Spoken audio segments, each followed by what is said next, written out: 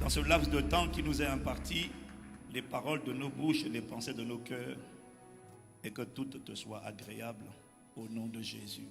Amen. Veuillez vous asseoir dans sa présence. Waouh, quelqu'un dit waouh. Ce matin, je veux en quelques minutes vous exprimer sincèrement un immense sentiment de fierté, un immense sentiment de gratitude lorsque je vous vois, les missionnaires, les assistants pasteurs, les pasteurs. Non, évidemment, chacun va opérer selon l'onction que Dieu va lui accorder. Mais il n'empêche qu'on parle d'assistants pasteurs et de pasteurs en termes de fonction. Après, parmi vous, il y a des évangélistes, il y a des docteurs, il y a des pasteurs, il y a des prophètes. Qu'il y en ait des multitudes au nom de Jésus. Et des apôtres également, qu'il y en ait des multitudes au nom de Jésus. Il y a trois choses qui m'inspirent ce matin, qui viennent de mon cœur. La première pensée que j'ai, c'est dans Jean chapitre 12 au verset 20. Quelques Grecs du nombre de ceux qui étaient montés pour adorer pendant la fête s'adressèrent à Philippe de Bethesda en Galilée et lui dirent avec instance, Seigneur, nous voudrions voir Jésus. Philippe alla le dire à André, puis André et Philippe le dirent à Jésus. Jésus leur répondit, l'heure est venue où le Fils de l'homme doit être glorifié. En vérité, je vous le dis, si le grain de blé qui est tombé en terre ne meurt, il reste seul. Mais s'il meurt, il porte beaucoup de fruits. Celui qui aime sa vie la perdra, et celui qui hait sa vie dans ce monde la conservera pour la vie éternelle. Comme c'est la parole de Dieu. La première pensée qui me vient, lorsque je vous vois là aujourd'hui, je me sens ému, c'est vrai. Et je voudrais vous donner 2 ou 3 exhortations. Les missionnaires, les assistants pasteurs et les pasteurs. Vous voyez, ce texte nous dit que des Grecs sont venus à Jérusalem et ils ont demandé à voir Jésus. Alors Jésus n'était pas venu pour les Grecs, il est venu pour le monde entier, mais dans sa mission terrestre, il est d'abord venu pour les brebis perdues de la maison d'Israël.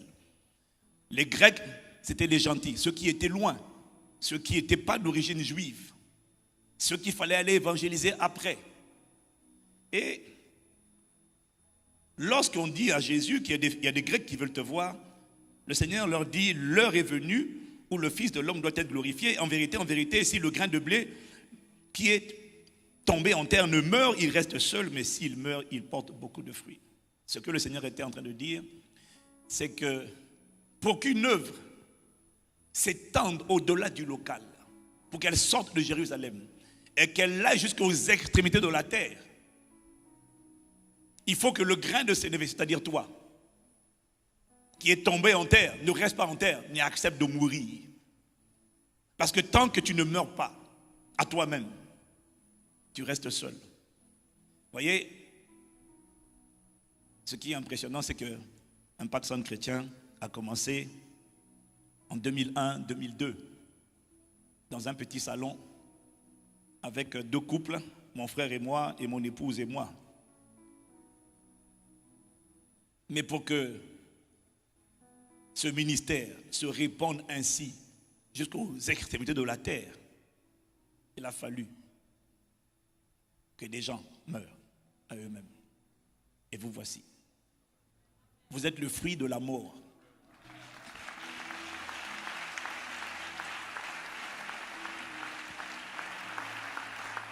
Vous êtes le fruit de la mort du pasteur Yves, du pasteur Abi, du pasteur Maud, du pasteur Ivan et de tous les pasteurs qui nous ont réunis, qui nous ont rejoints, le pasteur Jacques et son épouse et maintenant le pasteur Jocelyn. Vous êtes le fruit de la mort de certaines personnes. Et vous aussi, à votre tour, acceptez de mourir à vous-même. Ce que vous voyez aujourd'hui prouve ce que Dieu est capable de faire à travers 1, 2 personnes qui donnent leur vie. À votre tour, donnez votre vie. Que le plus petit d'entre vous devienne un millier. Un millier, pas de personnes, un millier de disciples affermis de Jésus-Christ. Au minimum, un millier de personnes transformées. Un millier de personnes transformées qui seront ta gloire, ta couronne, ta récompense au jour du tribunal de Christ. Accepte de mourir à toi-même. Ça, c'est la première chose que je veux te dire, que tu sais. Je te supplie de comprendre qu'il n'y a pas d'autre secret. Si le grain de sénéblé tombé ne meurt, il reste seul. Mais quand il meurt, il porte beaucoup de fruits. Que Dieu fasse sortir du fruit abondant de ta vie. Et qu'à travers toi, des multitudes au-delà de ton imagination soient sauvées. Ne sous-estime pas ce que Dieu est capable de faire à travers une vie. Ne sous-estime pas ce que Dieu est capable de faire à travers toi seul. Ne sous-estime pas. Parce que bientôt 100 églises Impact Centre Chrétien, ça a commencé par le sacrifice de 2 personnes. Et aujourd'hui, ce sont des dizaines et des dizaines de milliers de personnes. On ne peut même pas savoir exactement combien. Alors ne sous-estime pas que dans le territoire où tu as été établi, dans la ville, le pays où tu as été établi, des milliers et au-delà du territoire, des milliers, des dizaines de milliers naissent de toi, sortent de toi, reçoivent la vie à travers toi. Que cette grâce vienne sur toi au nom de Jésus. Alors je voudrais vous donner un conseil pendant que vous faites l'office. Vous l'avez déjà entendu, bien-aimés, appuyez-vous sur la grâce des pères. Ne combats pas avec tes seules forces. Appuie-toi sur la grâce, sur le manteau des pères qui, dont le fruit est visible.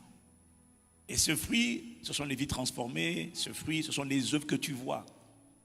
Appuie-toi sur cette grâce.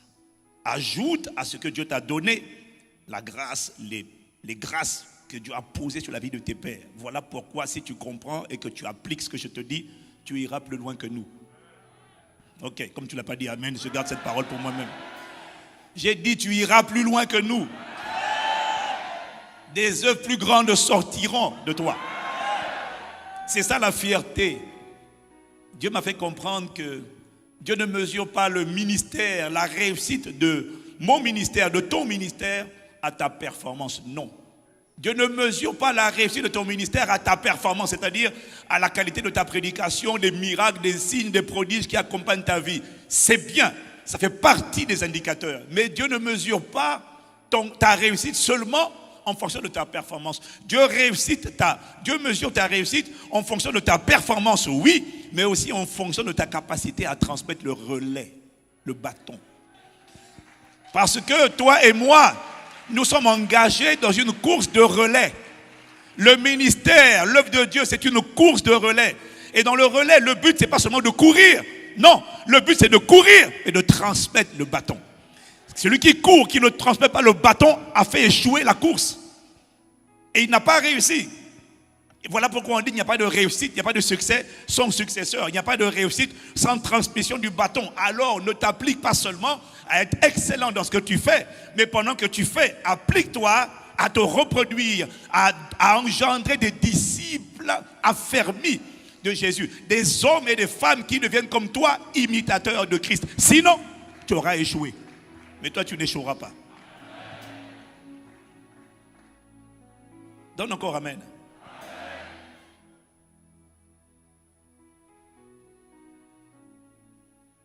Alors travaille avec la grâce des pères. Va plus loin que les pères. Parce que c'est la fierté des pères.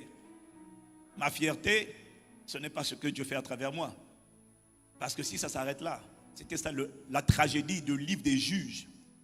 Samson, Déborah, Gédéon, Jephthé. Ils ont été utilisés puissamment par Dieu. Mais quand ils mouraient, Israël repartait dans l'idolâtrie. Molesté, maltraité par leurs ennemis. Ce n'était pas la réussite.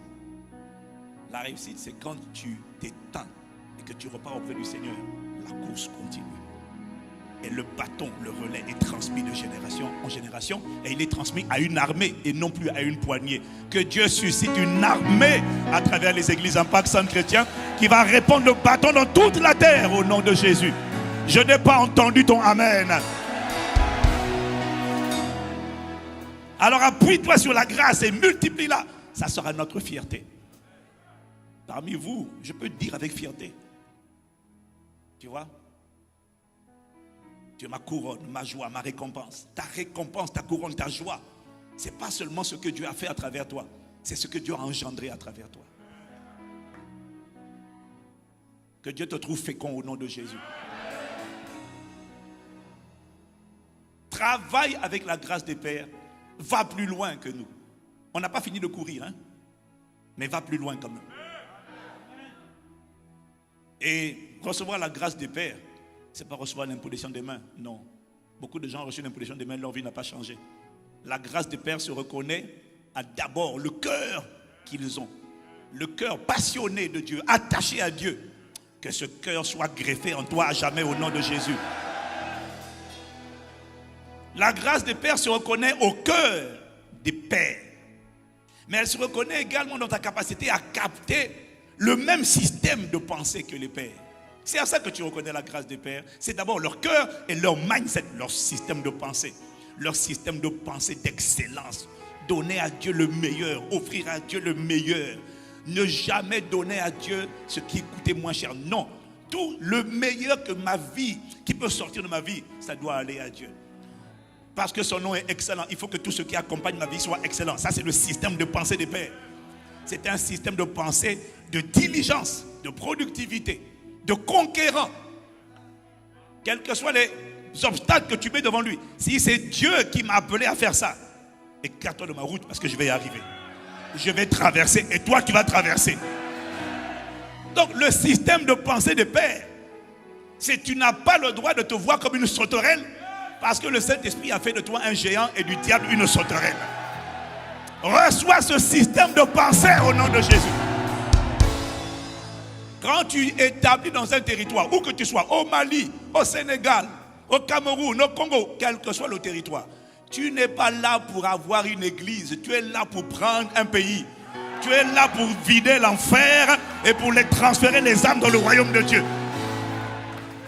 Tu es là pour écrire une histoire. Et tu opères sous une autorité déléguée apostolique. Tu n'es pas là pour donner des excuses, tu es là pour donner des résultats. Tu n'es pas là pour t'excuser, tu es là pour performer. C'est ça le manteau des pères. Tu ne vois, quel que soit le niveau de ténèbres qui recouvre le pays, tu es là pour briller et pour éclairer. Afin que ceux qui sont dans les ténèbres voient ta lumière. Dieu fait de toi un phare spirituel, c'est-à-dire de toi et de l'église où tu es, sort une lumière qui éclaire toute la nation. Et les nations du territoire où tu es établi viennent en accent chrétien pour être sauvés, transformés et devenir des disciples affermis de Jésus et des piliers, des colonnes dans le royaume de Dieu. C'est à ça que tu reconnais le manteau des pères. Ce n'est pas une imposition des mains qui fait ça. Non. C'est plus qu'une imposition des mains. C'est une observation. C'est une observation, c'est une admiration et c'est une imitation qui produit cela. Que Dieu t'accorde cette grâce au nom de Jésus. Opère avec la grâce des pères. Je finis avec le troisième point. La grâce, c'est formidable. La grâce, c'est une capacité que Dieu télécharge en toi. Mais je finis avec le point le plus important. Sinon, tu pourrais te tromper. L'Esprit me dit de te dire ce matin que, tu vois, tout le monde a reçu la grâce. Ce n'est pas tout de recevoir la grâce. Ce qui est important, c'est de travailler avec la grâce. De souffrir avec la grâce. Beaucoup pensent que Paul a été performant dans son ministère. Il a écrit à lui tout seul 2/3 du Nouveau Testament parce qu'il avait reçu plein de dons, parce qu'il a vu Jésus. Oh mon ami, ce n'est pas vrai. Il y a des gens qui ont vu Jésus et qui n'ont pas été performants du tout. Et à part Paul, les 12 apôtres eux-mêmes, ils ont vu Jésus avant Paul. Et après les 12 apôtres, plus de 500 personnes ont vu Jésus avant Paul. Et Paul, en vérité, a vu Jésus en dernier. Mais les résultats qu'il a enfantés, qu'il a générés, il a été le premier. Ce n'est pas à cause des visions qu'il a eues. Ce n'est pas à cause des dons spirituels qu'il a eus qu'il a été aussi productif, que sa vie a été aussi utile. Non, c'est à cause du fait qu'il a travaillé plus que les autres. Parce que parfois tu regardes des gens, tu dis, quelle grâce! Il y a des gens que je connais qui sont tellement remplis de grâce. La manière dont ils chantent, la manière dont ils parlent, la manière dont ils s'expriment, la manière dont ils marchent, la manière dont ils se parlent, la manière dont il est mignon, tu te dis, il a tout pour réussir. Ce n'est pas ça qui fait réussir. Ce qui fait réussir, c'est la diligence dans le travail. Tu ne te contentes pas des grâces. Combien de gens que tu connais qui étaient prometteurs, qui étaient brillants, qui étaient talentueux, tu le vois jouer, tu dis, tu sens qu'il a du potentiel. Ce n'est pas suffisant. Ce qui fait la différence, c'est le travail. Le talent ne suffit pas. La grâce ne suffit pas. La grâce doit être travaillée. Et Paul le dit, je finis en 5 minutes. Paul le dit dans 1 Corinthiens 15, verset 10, version second 21. Il dit, mais par la grâce de Dieu, je suis ce que je suis. Et sa grâce envers moi n'a pas été sans résultat. Au contraire, j'ai travaillé. Le mot grec, c'est kopiao. Ça veut dire, j'ai peiné, j'ai travaillé durement. J'ai senti la fatigue. J'ai enduré le labeur. J'ai kopiao. Au contraire, j'ai travaillé plus que eux tous, plus que les autres apôtres. Non pas moi, toutefois, mais la grâce de Dieu qui est avec moi. Paul dit ce qui a causé un ministère si prolifique, au point qu'il écrit à lui seul 2 tiers du Nouveau Testament. Il est allé là où personne n'est allé. Ce n'est pas juste parce qu'il avait reçu les grâces, c'est qu'il a travaillé. Et il dit, il donne son CV, son curriculum vitae spirituel dans 2 Corinthiens 11, versets 24 à 27. Écoute son CV. Là, il te donne son CV. Quand toi, tu dis que tu as des épreuves, regarde ce que Paul dit. Ce qu'on appelle... Voilà, toi, tu penses que tu souffres. Parce que tu n'as pas d'eau. Ok. Il dit 5 fois, j'ai reçu des Juifs 40 coups moins 1. 3 fois, j'ai été fouetté. 1 fois, j'ai été lapidé. 3 fois, j'ai fait naufrage. J'ai passé un jour et une nuit dans la mer. Fréquemment en voyage, j'ai été en danger sur les fleuves, en danger de la part des brigands, en danger de la part de mes compatriotes, en danger de la part des non-juifs, en danger dans les villes, en danger dans les déserts, en danger sur la mer et en danger parmi les prétendus frères ou encore les faux frères. J'ai connu le travail, kopos, du mot grec, kopos. J'ai connu le travail, kopos, ça veut dire se battre, se frapper la poitrine, de chagrin, de douleur. Ça veut dire travail intense uni à la peine. Je n'ai pas cherché la facilité. Tu n'as aucune idée du nombre de fois où nous allons prêcher lorsque tout le corps ne tient pas. Tu n'as aucune idée du nombre de fois où normalement le commun des mortels dit, dans un cas comme ça, tu aurais dû t'arrêter. Mais non. La dernière fois encore, je suis allé conduire une veillée de prière avec le bras qui faisait mal,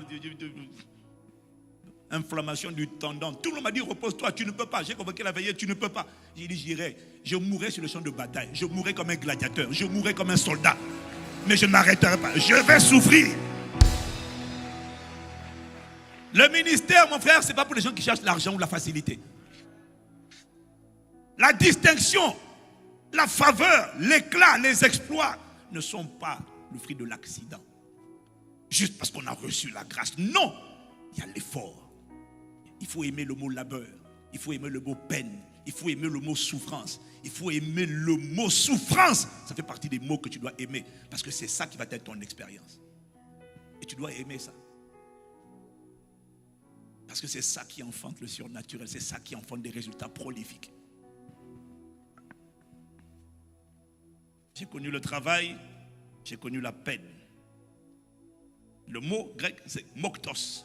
Ça veut dire travail difficile, dur, privation, détresse, peine, fatigue. Mais la bonne nouvelle, c'est que ça finit toujours par payer. Et ça paiera dans ta vie. Appuie-toi sur la grâce des pères. Mais pasteur, missionnaire, assistant, pasteur, famille, ICC, le secret, c'est travailler plus que les autres. Regarde ce que font les autres. Fais plus qu'eux. C'est ça le secret. Et quand tu fais plus, tu recevras plus. Que cette parole te localise. Et que la grâce de travailler plus que les autres. Il y a tant à faire. Nous ne sommes pas là pour compter le nombre d'églises. Nous sommes là pour enfanter un peuple, des hommes, des femmes qui deviennent la réponse de Dieu au cri de leur époque, de leur génération. Le Congo, le Mali, le Sénégal, le Cameroun, le Gabon, tous les pays représentés ici, les nations crient et soupirent, attendent la manifestation du Fils de Dieu. L'Église est là pour enfanter des réponses et des solutions. Des hommes et des femmes qui ont la tête au ciel, les pieds sur terre, mais qui sont excellents, qui sont amoureux de Dieu, qui sont totalement spirituels et sur le plan naturel, totalement excellents, fonceurs, visionnaires, excellents, compétents, diligents, bouillants, fervents, audacieux, inébranlables, inarrêtables, instoppables.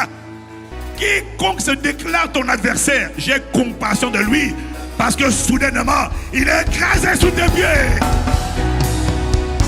Quiconque était un ennemi, masqué, manipulé, qu'il soit exposé. Quiconque affaiblissait l'Église par l'occultisme et ses différentes facettes, qu'il soit mis à nu et que par le sang de Jésus, ses œuvres soient détruites.